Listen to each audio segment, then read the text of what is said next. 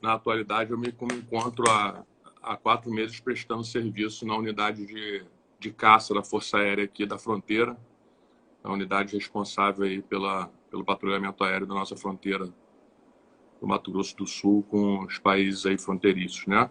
Mas eu ainda opero pelo Paraçá, estou só prestando serviço lá. Então, eu sou oficial da Força Aérea.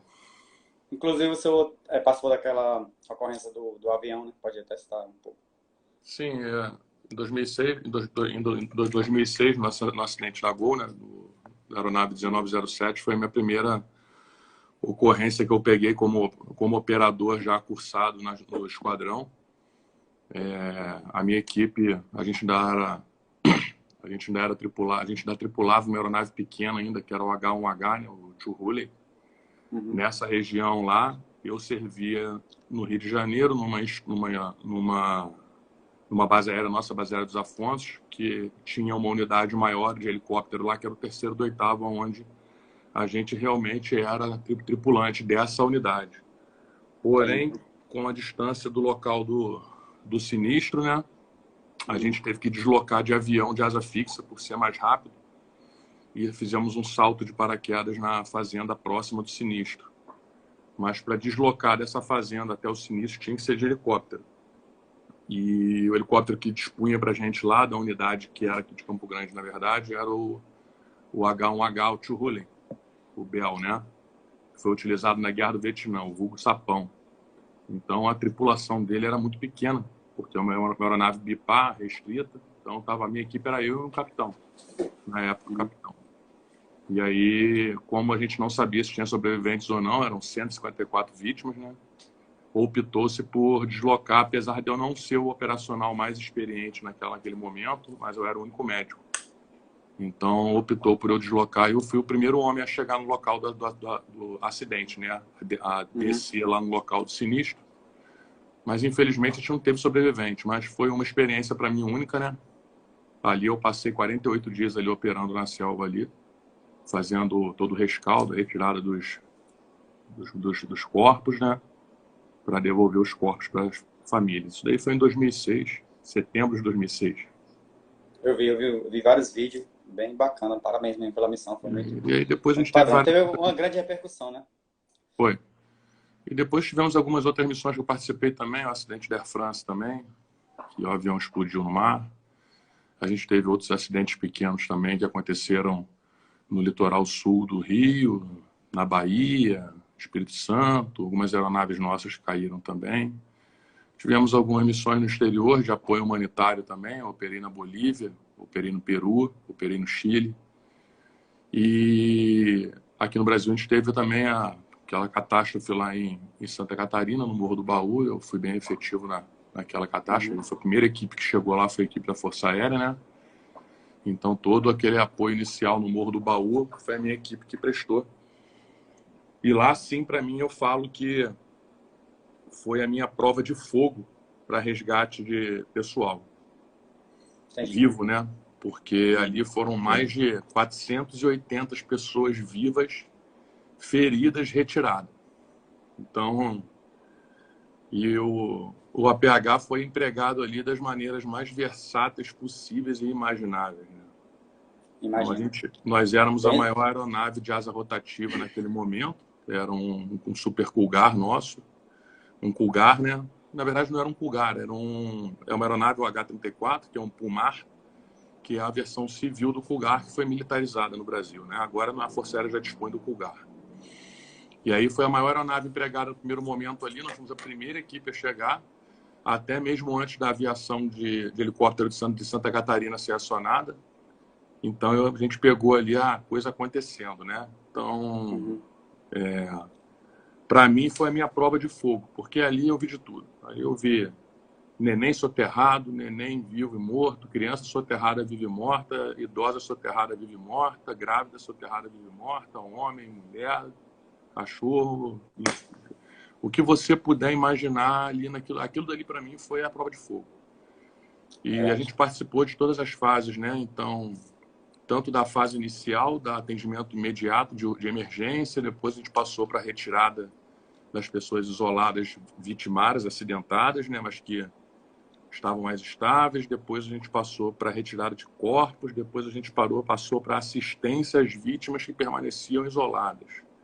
E essa assistência aí demorou bastante tempo, né? A gente saiu de lá praticamente com 38 dias de operação, 1 mês e meio na cidade de Navegantes, praticamente. E ali foi a operação no Brasil com o maior emprego da aviação de asa rotativa que já teve na história. Então, eu lembro que o pátio tinha mais de 20 esquilos de todas as polícias e bombeiros do Brasil, Polícia Rodoviária Federal, Polícia Federal, as aeronaves da Força Aérea também, grande monta, do Exército também, da Marinha. Foi feia a coisa. Até no blindado foi empregado, porque tinha um local que só se chegava com blindado, né? Por causa da tração e das áreas de risco. Então, foi de grande comoção nacional, né? Eu, particularmente, tive que ficar 1 mês e meio afastado depois dessa missão para fazer uma readaptação social, né? Tanto da parte psicológica quanto da parte equipagem mesmo, da parte operadora, por conta de muita coisa que eu tive com criança, né? Se você pegar aí as reportagens da época aí, ali era até difícil falar. Eu tive muito trato com criança, porque a gente chegava num local, sempre tinha uma criança ferida e eu era o único médico. E aí eu preferia, claro, o meu conhecimento empregar naquela criança e designava os socorristas e os operadores nossos, os enfermeiros, a tratar dos outros, né? E eu sempre abraçava as crianças, porque era o mais sensível, era o que a gente tinha que ter mais técnica, né? E mais tato para o trato. Então, vamos botar um médico para tratar as crianças. Me recordo bem, no primeiro momento que a gente chegou lá naquela localidade, no Morro do Baú, eu cheguei lá em Navegantes, era no finalzinho da manhã para tarde, a gente saiu do Rio de madrugada, e quando a gente pousou lá, já veio uma unidade do bombeiro dizendo que tinha algumas pessoas soterradas no alto do Morro do Baú. E aí, quando nós decolamos para lá, saímos de Navegantes, do aeroporto de Navegantes, e a gente decolou para lá, a sorte foi que nós tínhamos uma doutrina de, ao toque preliminar, antes de ir para o olho do furacão, a gente esvaziar a aeronave toda e levar somente o necessário. E o necessário era somente a mochila da gente. Só que aí, quando a gente estava decolando, o bombeiro veio com uma nova informação via rádio de uma unidade que estava isolada no alto lá do Morro do Baú, o bombeiro também, dizendo que tinha mais de 200 pessoas lá. Não seria suficiente material, no caso. E aí não seria suficiente, não teria espaço para tirar o pessoal de lá, né? Porque o pessoal estava no alto do morro, isolado, com água por todos os lados e o barro descendo. Porque até então, nesse momento, tinha explodido o gasoduto no alto do Morro do Baú, que gerou todo aquele desabamento, né? E aí a gente foi para lá literalmente com o nosso colete tático e com o bornal que existia no colete, que a gente chamava de Charlene, em referência à família dinossauro, né? O rabo do dinossauro grandão. A gente tinha um colete tático nosso antigo, que era fabricado pela Vertical do Ponto, que tinha uma bolsa atrás grande. A gente carregava essa bolsa e nessa bolsa a gente carregava material para subsistência nossa por 72 horas. Então, ali tinha tanto equipamento tático ali como luva de rapel, assento, baudrier, tinha munição sobressalente, tinha comida, tinha material de APH básico para a gente, né? Que seria hoje o IFEX. E aí eu tive que levar coisas, uma mochila com o emergencial do emergencial, e ainda foi tochada lá atrás no bu de cauda da aeronave, né? E quando a gente pousou lá, meu amigo, pensa num cenário de guerra, literalmente. A gente teve que conter a multidão, porque todos queriam entrar no helicóptero, né? E já estava no lusco-fusco já. Aquilo dali foi impactante demais, né? A equipe, a gente desembarcou, botamos quem pôde para dentro de criança e mulher grávida, né? Tinha muita mulher grávida, era uma localidade numa área rural bem grande. E realmente o morro estava desbarrancando. Ele estava perto do escuro já, e a gente não operava com AVN na época, então a gente tinha uma restrição com operação noturna, né? E aí eu sei que numa primeira pasada ali foi quase... Não vou falar aí para a gente não estar expondo o oficial de segurança de voo da aeronave, mas foi uma pasada grande. E a gente tirou quase todas as crianças ali, mas eu aconselho que a gente teve que, confesso, de usar o uso progressivo da força ali para não derrubarem um avião, né? Porque Imagina o desespero daquele povo. Instinto de sobrevivência, né? Total, e aí a gente tirou, conseguiu tirar boa parte, tiramos as crianças quase todas, aí fomos tirando devagarzinho. E nessa daí a gente tinha uma equipe da SAMU, que estava fazendo contato com o rádio, estava isolada, a gente contou com a ajuda deles ali, mas o médico da SAMU tinha se machucado no desabamento, estava numa prancha, imobilizado. Então era eu e eu. E aí tiramos ali bastante gente, ficou só os homens rígidos, né? Apesar de estarem feridos lá, com fome, sede, alguns machucados ali, com fraturas de membro, perna, mas estavam estáveis, né? Aí eu acolhi todos ali, a gente conseguiu botar todo mundo embaixo de uma serralheria antiga, que estava no alto do morro. E aí a equipe decolou na última pá, na última pernada, o pessoal estava levando todo mundo para o ginásio lá em Navegantes, num campo de futebol Navegantes. E aí ficou uma equipe nossa no local lá, eu fiquei junto e a gente pernoitou com esse resto desse pessoal, né? No outro dia de manhã cedo, a gente chegou com as outras aeronaves e retiramos todo mundo. Mas ali eu vi coisas ali que, assim, a minha ex-mulher na época estava grávida, né? Da minha primeira filha. E aí para mim foi bem impactante, né? Eu fiquei 1 mês e pouco afastado ali depois dessa atividade para poder dar uma recuperada. Mas foi minha primeira prova de fogo com vítima real. Assim, vítima real que eu falo de grande massa, né? Porque eu tenho uma origem que eu trabalhei no projeto Rodovida da Polícia Rodoviária Federal quando eu era acadêmico de medicina. E depois que eu formei, eu passei como médico efetivo desse projeto. Então, eu trabalhei bastante em rodovia, prestei bastante acesso a acidentes de rodovia, né? O APH-TLS convencional. E aí, depois, quando eu entrei para a Força, eu fui direto para o Paraçá. Então, já atuo nessa área há bastante tempo. Mas o meu primeiro prova de fogo com grande massa vítima viva foi lá. E lá eu tive que aplicar literalmente o método START, né? A gente acha que o método START é algo que é em grandes catástrofes. Não. Se você se deparasse, eu quero que se deparasse com aquilo lá, é ter que aplicar o método START, literalmente. Selecionar quem poderia ser salvo. Complicado. É bem complicado. Mas aí depois daquilo lá, a gente teve Air France e, infelizmente, sem sobreviventes. Tivemos algumas operações no Chile, terremoto no Peru, alagamento no Chile, alagamento na Bolívia, em Trinidad, né? Que já é comum lá naquela região. E tivemos alguns acionamentos também por conta de... Sempre tem, né? A gente brinca, né? Quem presta serviço às embarcações perdidas, né? Ou a derivas é a Força Aérea no Brasil, né? Então, a gente que faz o resgate de embarcações a derivas, tira o pessoal, é a gente que faz. Tá? A Marinha tem pouca unidade de helicóptero, né? E o pessoal responsável pelo salva-aéreo e salva-mar é a gente, né? Então, quem faz isso é a gente.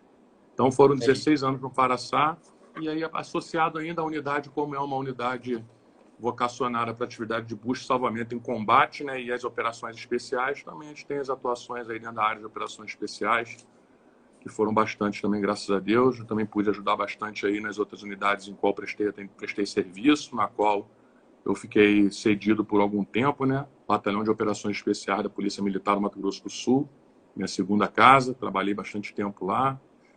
Também trabalhei no Grupo Tigre também, que é a minha segunda casa dentro da Polícia Civil, eu falo. É um grupo sensacional, um pessoal maravilhoso, juntamente com o batalhão aqui do BOP no Mato Grosso do Sul.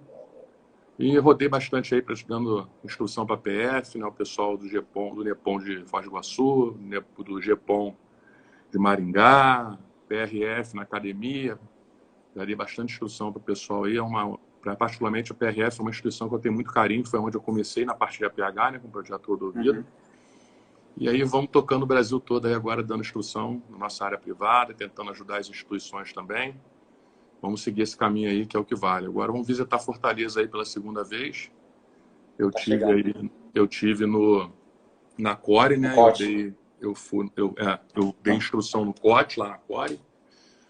Fizemos alguns dias de instrução lá no último COT. E foi maravilhoso o contato. Meu amigo, dá uma lembrança para o meu amigo Saboia, para a rapaziada toda aí lá. Foi, para o delegado, doutor Pastor. Foi uma recepção maravilhosa. Eu não esperava tanta receptividade, tanto carinho por parte da unidade. Uma unidade maravilhosa, eu não tenho o que falar. Muito moralizado o COT. Muito moralizado. Gente boníssima lá. E agora vamos voltar aí com meus amigos da Impacto. Se Deus quiser. Tá bem pertinho. Pronto. Eu organizei aqui a live aqui, vai ter alguns momentos que eu vou passar algumas imagens, vai ter alguns momentos que eu vou passar alguns vídeos. Okay? Eu separei alguns vídeos, sempre focado no protocolo Mark I. Eu coloquei alguns tópicos aqui e a gente vai explanando. Eu fiz uma pesquisa aqui, eu vi uma fonte, a fonte que eu tive foi o TC3 Brasil, em que ele me deu dados em que uma ocorrência, pegando os 10 policiais mortos em ocorrências policiais com tiro, ele me traz os dados lá que 91% morreram por hemorragias, beleza? Aí ele vai me trazer lá 8% de mortes por obstrução de vias aéreas. Aí ele também traz que 1% vai ser morte por pneumotórax. Deixa eu ver se eu trago a imagem aqui. Pronto, pneumotórax. Nesse mesmo estudo, ele fala que 87% dessas mortes ocorreram no pré-hospitalar, né? Ainda na situação de combate ainda. E ele me diz também que se o policial tivesse um treinamento prévio, tivesse o equipamento necessário para isso, 24% dessas mortes poderiam ter sido evitadas. Sim. Okay? Aí eu vou trazer aqui só um trecho aqui de um filme, que é o filme Vontade de Matar. Deixa eu ver se eu acho aqui. Pronto. Ó, nesse trecho desse filme, o policial foi lesionado, a bala, né? Num tiro, na altura do tórax. O companheiro coloca na viatura, tenta ser o mais breve possível, chega no hospital. Chegando no hospital, o médico não consegue... Na hora que o médico é colocado de frente com o médico viu que ele chegou ao óbito dentro do hospital, né? E depois o médico chega lá para o policial e vai dar a notícia que o companheiro dele morreu, né? Aí o policial vai e diz que tentou fazer o máximo que ele podia, tentou ser o mais breve, o mais rápido, gastou no máximo 6 minutos para chegar no hospital. Aí o médico diz que ele não tem culpa porque foi uma hemorragia, mas cai bem nessa pesquisa que eu trouxe para a gente, em que se o policial tivesse o treinamento necessário, poderia entrar nesses 24%. Nesses 24% que poderia evitar a morte, né, do companheiro. Sim. Se ele tivesse equipamento necessário, talvez tenha sido um pneumotórax, você pode até falar melhor, ele poderia ter evitado a morte do companheiro, tendo o equipamento e tendo também o treinamento, né? Eu queria que o senhor falasse para a gente, em relação ao Brasil, como é que esse protocolo Mark I, né? Esse protocolo inicial que todo brasileiro deveria saber, e principalmente quem usa arma, como esse protocolo está se expandindo no Brasil, como esse treinamento está sendo passado, tanto na área pública como na área privada. Eu queria que o senhor narrasse um pouco desses dados e comentasse um pouco desse fato que, apesar de um filme, né, fatos que acontecem diariamente na nossa atividade policial. E a gente tem uma diferença muito grande aí, a gente sempre fala, né? Existem mortes evitáveis e as mortes não evitáveis. Dentro das mortes evitáveis, basicamente, a gente tem as hemorragias, as obstruções de via aérea, tá? E lesões de tórax. Tá? São basicamente as mortes evitáveis no campo de batalha que nós temos, tá? No pré-hospitalar. E aí, dentro das mortes evitáveis, tá? Dentro das mortes evitáveis, nós temos um acometimento acima de 80%, que é por conta das hemorragias, tá? Que hoje em dia a gente trabalha em quase 90% dessas mortes evitáveis são causadas, elas são por hemorragia. E aí, vocês vão ver no curso, depois quem for ver o curso, com ainda a evolução da proteção balística, nós tivemos uma inversão. Nós tínhamos ali as mortes por pneumotórax sendo maior do que as obstruções de vias aéreas. E aí passamos a ter as mortes por obstrução de vias aéreas sendo maiores do que o pneumotórax, por conta das proteções balísticas e as suas evoluções. Principalmente o colete, né? As placas balísticas. Isso daí foi um estudo que foi realizado em que as mortes evitáveis, a gente tinha uma perda gigante. Desde a Primeira Guerra Mundial, desde os primórdios lá em que era engatinhando demais ainda o atendimento, a gente ainda tinha aquela figura ainda de uma pessoa só sendo responsável por um atendimento de toda uma massa dentro de um teatro de operações, dentro de um batalhão inteiro, um médico e um enfermeiro correndo para o lado e para o outro, tentando atender e decidindo quem ia viver, né? Que ao invés disso daí, o outro procedimento tomado naquele teatro de operações ali, naquele olho do furacão, eram procedimentos simples, mecânicos, que não se precisava necessariamente de um médico, mas sim precisava de treinamento específico para que uma pessoa chegasse, colocasse um selo de tórax, aplicasse um torniquete, passasse uma cânula ou funcionasse um tórax com uma agulha e aquecesse a outra pessoa. Então, o grande laboratório do mundo para a medicina é a guerra. A gente sabe disso. Tá? A guerra ela trouxe evoluções para a medicina absurda. Então, o que vocês possam imaginar hoje da parte da evolução principalmente de ortopedia, neurocirurgia e cirurgia de tórax, foi feita na guerra. A guerra que evoluiu isso daí.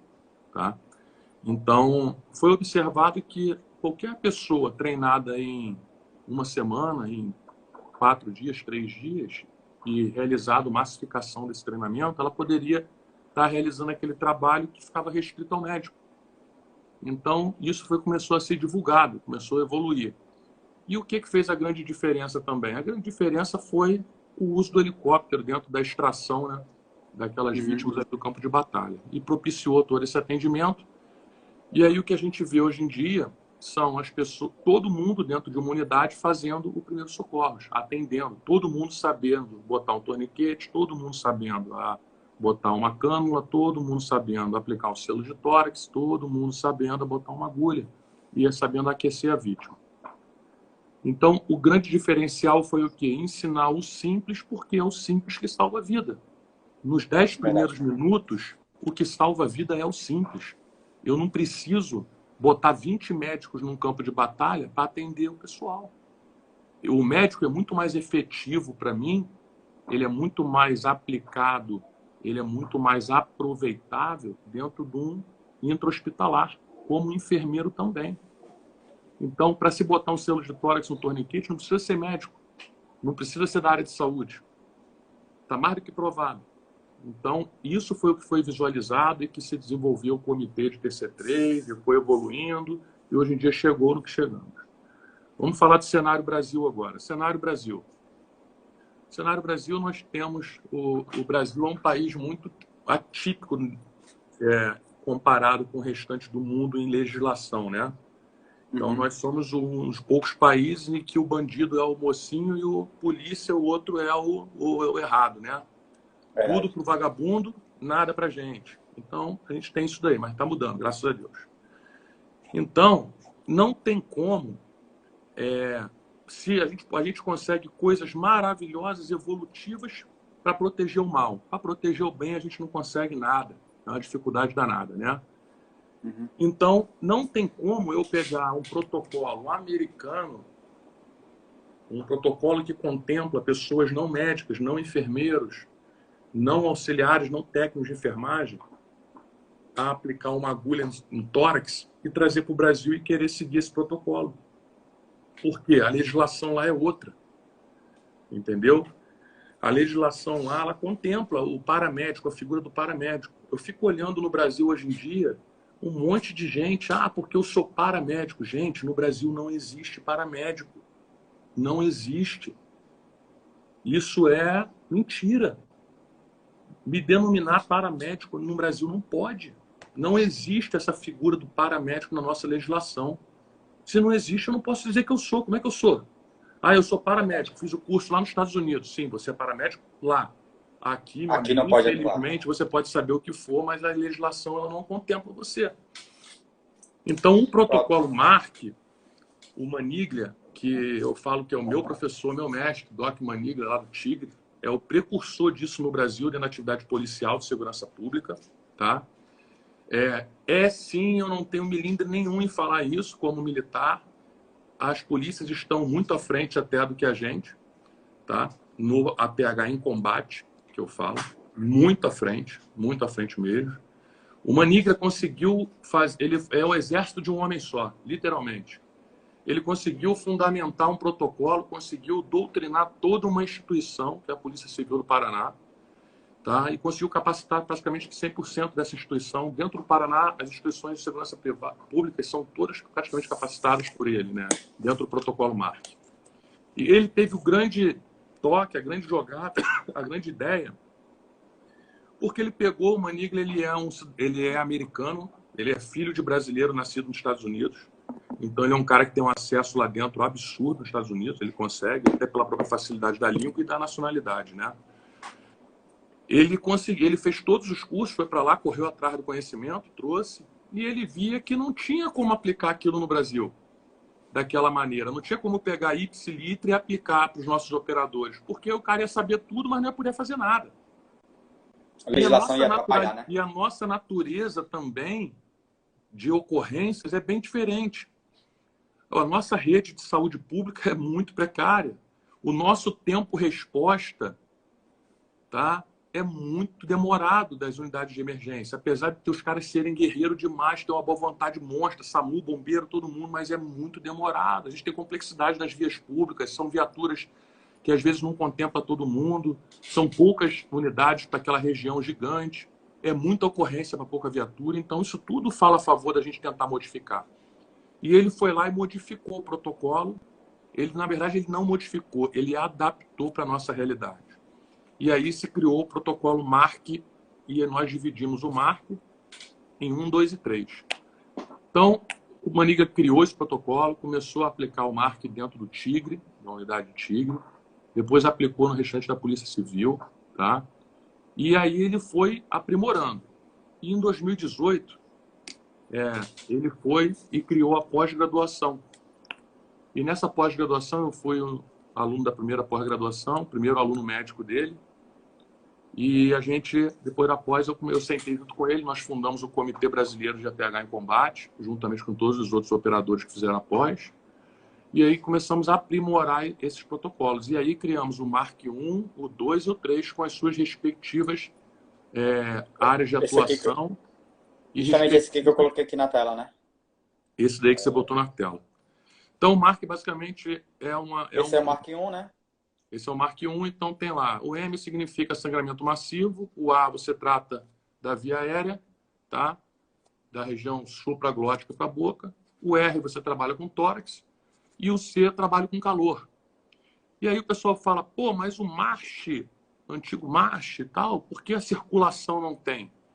Porque no Brasil nós temos a restrição de que os operadores não podem aplicar volume no básico.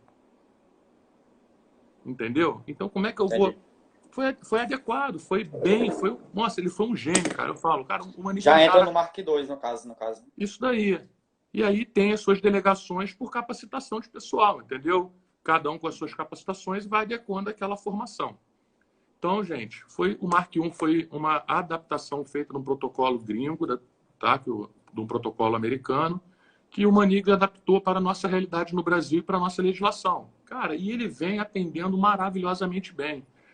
A gente tem hoje em dia, eu particularmente só o ano passado capacitei 950 operadores entre instituição civil e entre curso privado e institucional, né? Os nossos operadores formados na pós-graduação estão sendo multiplicadores absurdos em cada região. Eu cito como exemplo o Coronel Pellegrini na Polícia Militar do Mato Grosso e o Sargento Trolese. São caras que estão fazendo milagre no Mato Grosso. Eles estão com mais de 1.000 operadores capacitados já, a polícia lá, a polícia civil, todo mundo bem capacitado.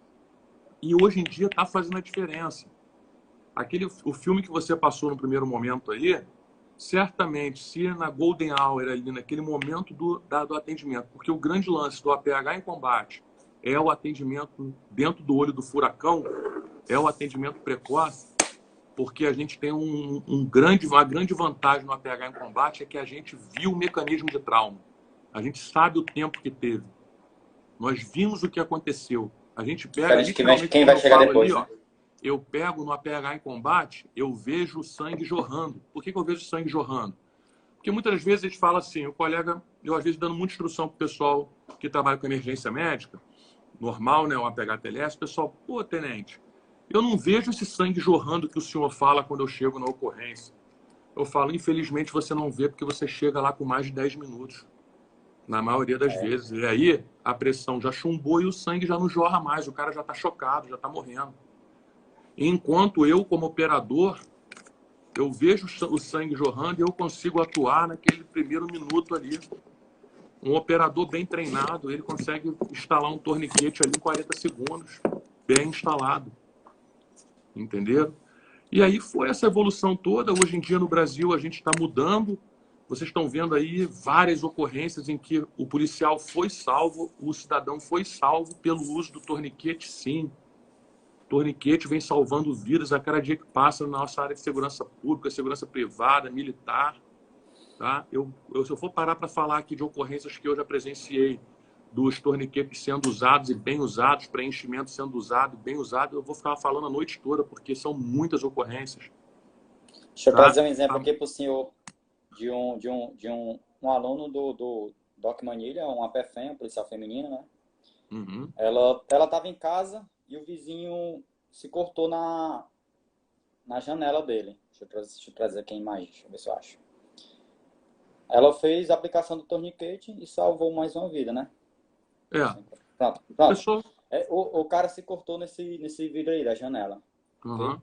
Aí ela estava em casa, tinha o treinamento, tinha o protocolo Mark 1, né? E foi chamada pelo vizinho, né? A PFM foi lá, aplicou o torniquete e salvou uma vida, né? Com certeza. O torniquete, além do operador, pode ser um equipamento para a gente ter em casa também, né? Isso. E o que eu menos falo, né? A gente tem a gente acaba compartimentando as funções demais, né? Limitando as funções. E eu falo, né? A gente fica botando muitos colegas que postam bastante coisa no Instagram, a gente posta muita coisa de guerra, tiro, ação policial, guerra, tiro, lesão de tiro, lesão de tiro, lesão de tiro. E acaba a gente criando uma visão em túnel para o atendimento pré-hospitalar em combate. Quando a gente fala em combate, fala em situação de crise, né? A crise instaurada, a guerra conflagrada. Só que essa guerra pode ser a nossa guerra dentro de casa.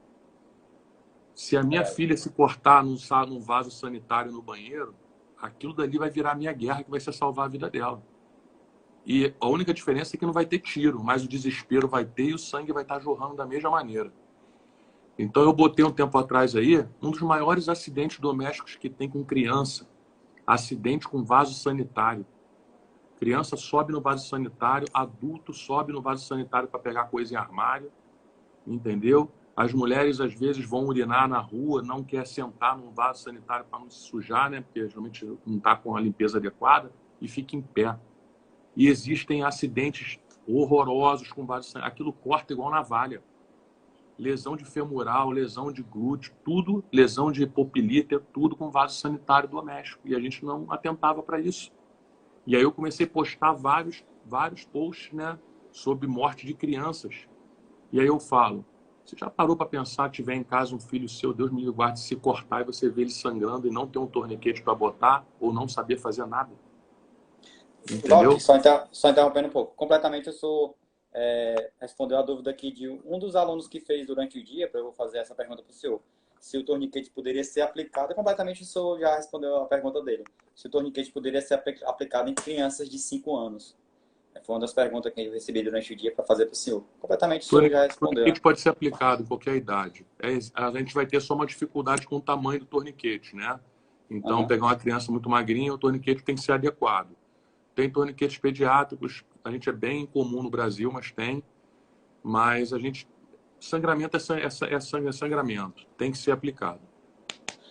Aproveitando o ensejo aí, já que a gente está falando do assunto, vou trazer um vídeo aqui de fora, né? Acredito que seja dos Estados Unidos, em que a criança, ela sabe aplicar o torniquete, ela está aplicando o próprio pai. Ó. Sim, antes você...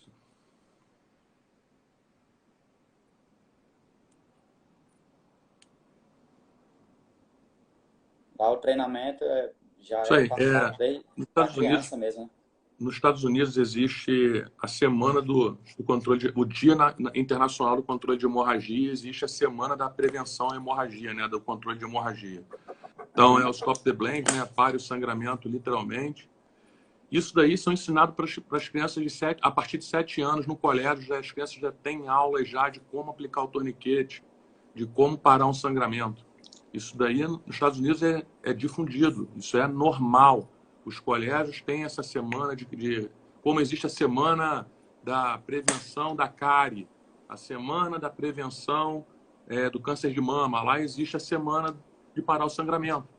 Então, naquela semana ali, as faculdades, universidades, colégios, jardim de infância, o que seja, crianças a partir de 7 anos, empresas promovem eventos com instrução do torniquete, motivando o uso do torniquete, entendeu? Então, da mesma maneira que a gente anda nos shoppings aqui, a gente encontra lá aquela caixinha do DEA, né? Uma prancha do lado, nas praias. Nos Estados Unidos, você vai nas praias, tem lá uma caixa laranja, que é a caixa da hemorragia, né? Para o sangramento. Nos shoppings tem lá a caixa lá do torniquete, kit para parar a hemorragia. Lá já é muito cultural e sábio, né? Por conta eles têm o americano tem o maior laboratório do mundo, que é a guerra, né? A área de aprendizado deles é a guerra, é na real, o povo que aprende na real.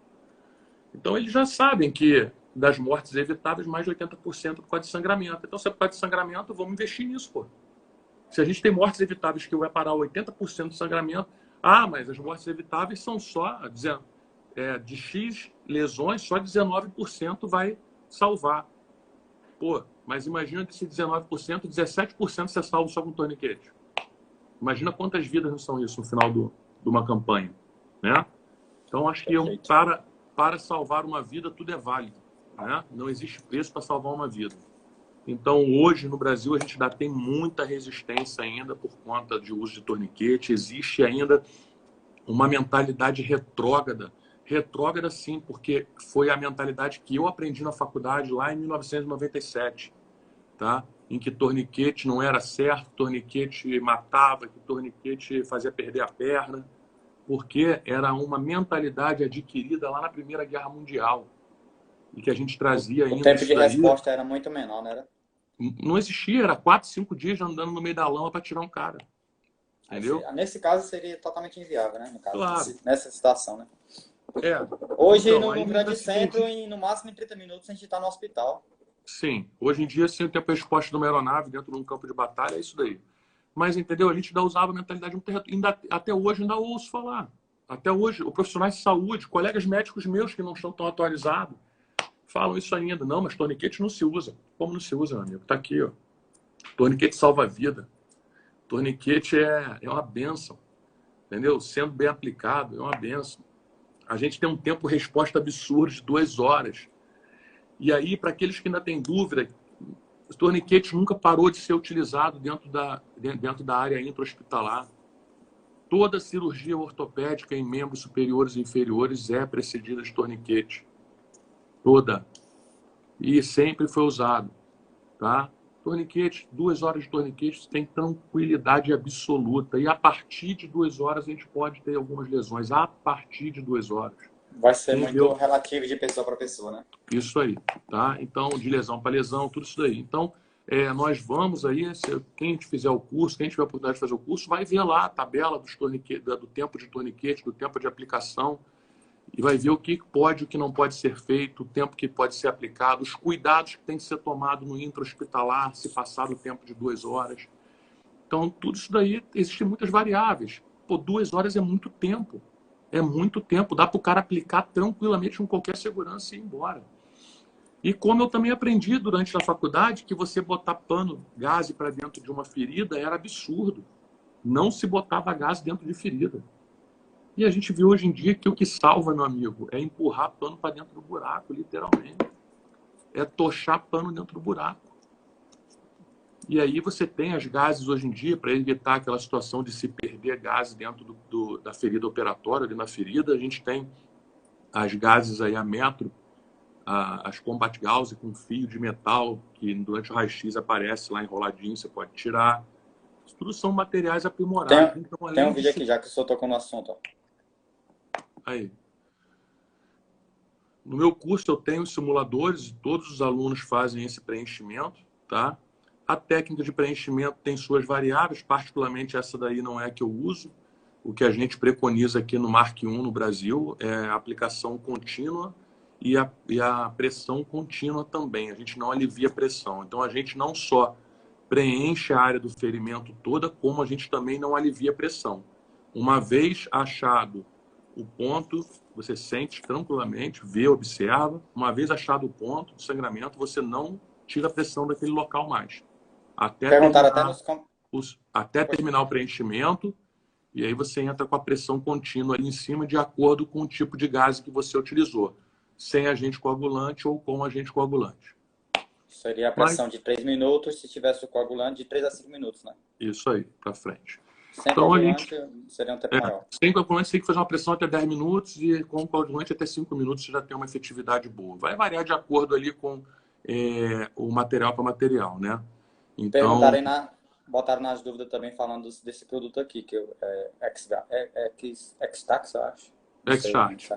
Né? Eu nunca utilizei ele, a não ser em workshop, né? De demonstração de material. Para mim, assim, eu acho que eu tenho que usar um material que vai me atender em tudo. No APH em combate, eu tenho que ter o discernimento e o bom senso de trabalhar com o material mais portátil possível, que vai ocupar menos espaço. E ter ali naquele menor espaço, maior quantidade de atendimento possível. Os X-Start, os Celox com aplicadores, ao meu ver, eles têm alguma restrição. Porque se eu tiver uma ferida com uma cavidade maior de abertura, ele não vai ter efetividade na aplicação dele. Eu tenho buracos de diversos calibres. Então, ele teria que ter vários calibres para poder atender tudo, né? Então, e outra coisa, ele é grande, ele é caro, nossa realidade no Brasil não contempla. Então, entre eu ter um aplicador desse de X-Start e ter 4 Combat Gauss, eu prefiro ter 4 Combat Gauss do que ter um só daquele. Porque a Combat Gauss vai atender aquele ferimento que mostrou no vídeo também e com uma efetividade muito boa e vai atender outros com a perda substancial grande de cobertura, que você vai ter que usar muito tecido em cima. Então, ela, ao meu ver, é um material mais versátil e mais barato. Então, como em situação de Brasil e em situação tática, que eu tenho que compartimentar tudo dentro de um local só, eu vou levar o que maior aplicabilidade vai ter para mim, né? Então, eu não consigo, dependendo da minha situação tática, eu não consigo ter uma mochila dessa daqui.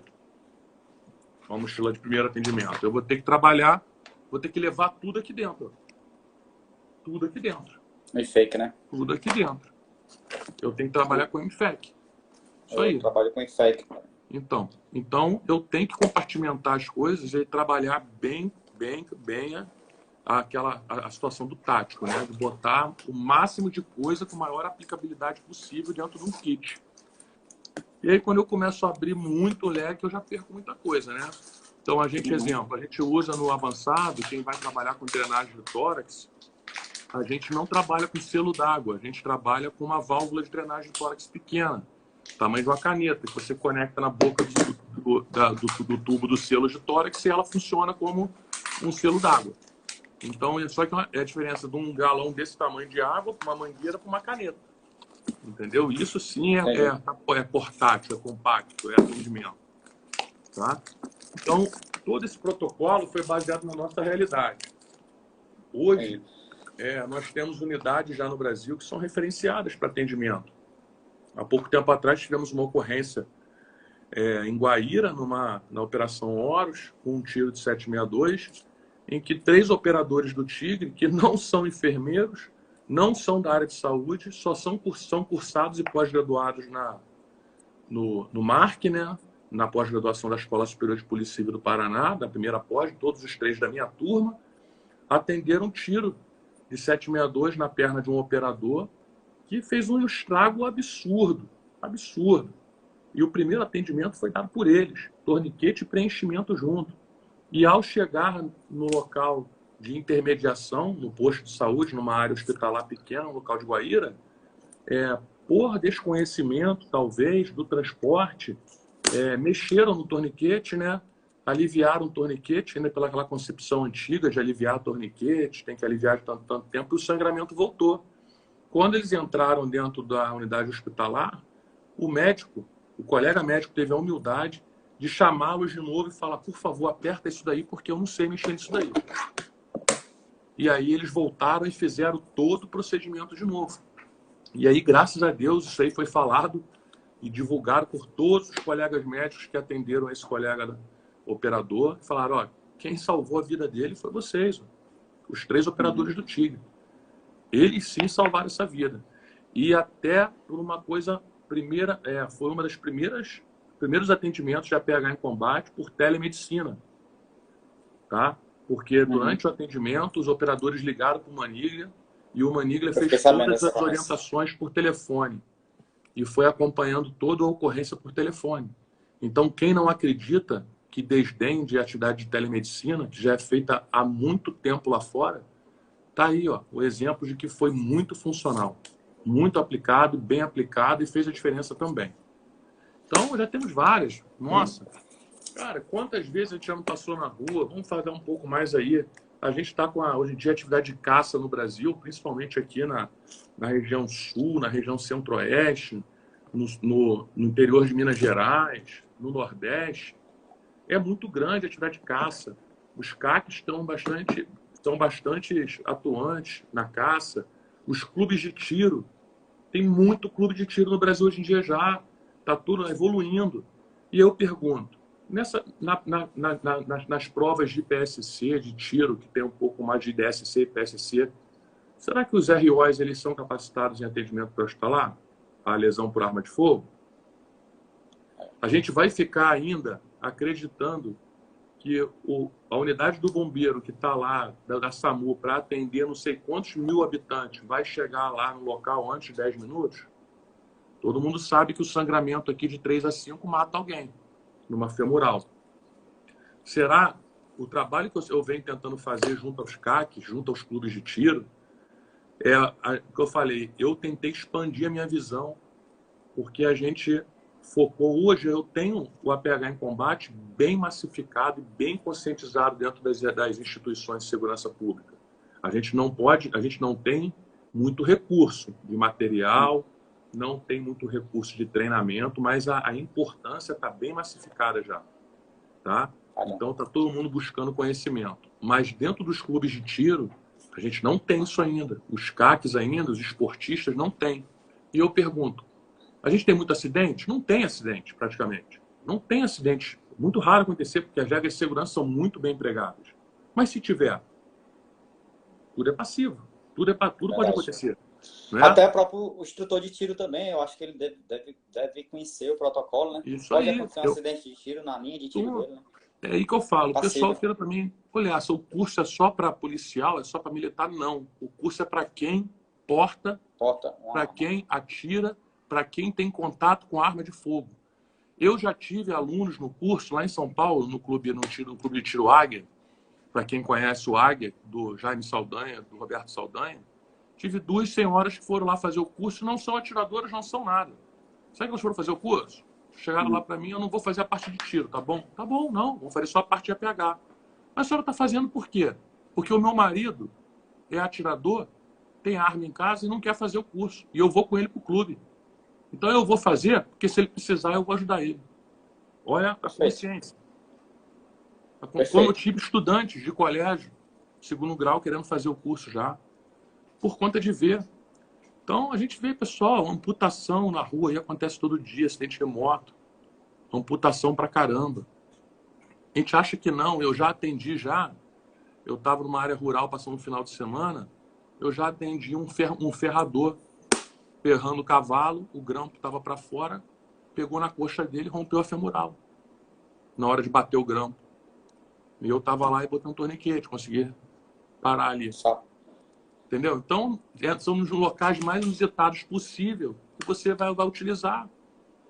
Então, a gente tem que abrir a mente. Todo mundo tem que saber aplicar um torniquete. Todo mundo tem que saber dar um atendimento inicial para uma lesão de arma de fogo, uma lesão de arma branca. Todo mundo tem que saber. E é obrigação do operador de segurança pública, do militar, o operador de segurança privada, saber isso. Eu falo, não é plus. A PH em combate não é plus na carreira do cara, não é plus no conhecimento. É obrigação. Deveria ser na formação inicial, né? Tem que estar na formação inicial. É como saber apertar um gatilho, o cara tem que saber colocar um torniquete. Entendeu? Só interrompendo o seu, daqui a 3 minutos, o Instagram derruba a live, aí a gente pode voltar, a gente volta de novo, continua o debate, né? Uhum. Aí, porque com 1 hora ele Tô derruba a ligado. live, entendeu? Entendi. Aí a gente volta de novo, eu volto, aí o senhor manda o convite, a gente continua Fechou. com, com, com O teu cronograma aí. cronograma, beleza? Aí, Tá ótimo. eu vou dar uma dica aqui pro pessoal, se vocês clicarem bastante nesse coraçãozinho que tem aqui logo abaixo da foto, da imagem do doc, pode ser que o Instagram entenda que essa live está sendo uma live interessante, que está tendo interação, e ele não derrube com 1 hora e ele segure por 2 horas. Então, eu indico que todos Mete o dedo aí, cliquem no pessoal. coraçãozinho, taque o Começa a dedo aí no clicar aí todo coraçãozinho, mundo. para a gente não precisar reiniciar a live. Antes que ele nos derrube, eu vou... completamente, o senhor já tirou a dúvida aqui de um dos alunos, que o Bruce, ele é um dos instrutores aqui de um curso, de uma escola particular, está escrito no curso do senhor, o Marquinhos. Ele perguntou aqui, inclusive acho que ele até entrou no individual do senhor e perguntou sobre o uso da agulha de descompressão, né? Completamente o senhor já falou que esse procedimento, por ser um procedimento evasivo no Brasil, é proibido, né? Pelo o cara que tem aquele conhecimento inicial, o Marquinhos, né? Vendo a pergunta dele, eu trouxe aqui um vídeo de uma ocorrência que aconteceu aqui com a agente penitenciário do Ceará. Eu vou postar o vídeo porque esse vídeo está em tudo que é grupos de WhatsApp. Esse vídeo, se a gente procurar no YouTube, esse vídeo vai ter. Então, eu acho que não tem problema algum em eu compartilhar esse vídeo. Beleza? Esse vídeo, o policial estava... Tudo é válido para o aprendizado. Esse policial penal, agente penitenciário, estava próximo ao carro dele, chegou o bandido, teve a troca de tiro, ele teve o tiro na altura do tórax, teve a entrada e saiu nas costas. Daqui a 2 minutos a live vai cair, o Instagram avisou. Dá tempo de a gente ver o vídeo. Quando a gente voltar, eu boto o vídeo de novo e a gente comenta. Vamos lá. Fechou. Aqui o vídeo. O policial penal é esse que está próximo ao carro. Na troca de tiro, tá vendo? Dá pra ver que tem entrada e tem saída. Dá pra ver o sangue nas costas dele, ó. Tá vendo ele colocando a mão nas costas? Vai ter um momento que a gente consegue ver o sangue nas costas dele. Então, teve entrada e teve saída, né? No caso, talvez passar uma imagem aqui antes que caia. Situação aqui de usando um selo de tórax, né? Talvez no pneumotórax. E Isso essa aí. situação do pneumotórax aqui, né? O ar entrando no pulmão. Mais uma imagem. Daqui a 1 minuto a live vai cair. Aí a gente vai e mostra de novo, né? Para quem entrar na live e debater esse tema, né? É um tema que é muita dúvida do pessoal, né? Dessa agulha de descompressão, né? Da legalidade no Brasil. Eu postei até tem um tempinho não, tem algumas semanas eu postei uma foto da utilização do selo de tórax numa atividade, numa ocorrência real, né? Não em simulação e não em treinamento, sim no que ocorreu. E quem eu postei foi até um colega bombeiro que fez aquele procedimento e foi feito numa lesão por arma branca, né? Uma tentativa de suicídio. Só tinha orifício de entrada. Mas eu botei porque para todos verem ali a eficácia do selo de tórax. Realmente, como eu já botei esse vídeo também, mostrando ali a função do selo de tórax, né? Numa doença, numa lesão respirativa. Vai cair e a gente retorna.